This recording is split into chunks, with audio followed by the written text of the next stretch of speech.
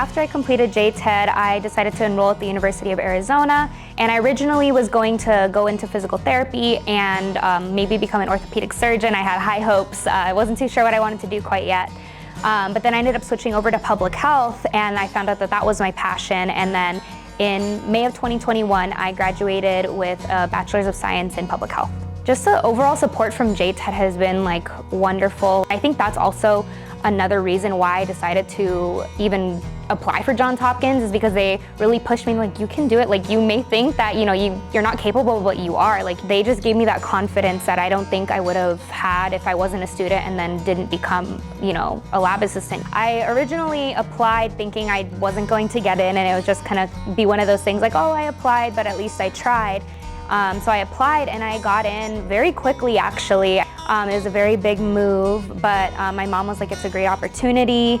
We think you should go. And I decided to pick that program because they had all the components of maternal and child health, adolescent health, perinatal health, all those kinds of things that I think really drew me to the program, that everything I was passionate about. To be learning about the disparities that women face, that people of color face, low-income people face, and just the overall inequities that are taking place within the United States is kind of what really drew me to it, and wanting to find justice for these people and how I can help.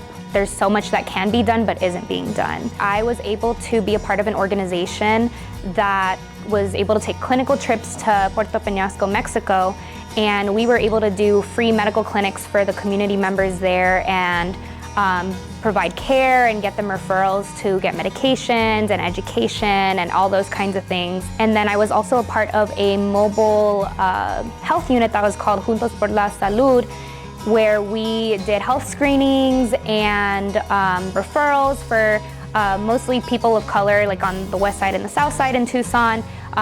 We did BMIs, blood pressures, blood sugars, and that's where my JTED training kind of came in handy, is because I had experience with all of that already.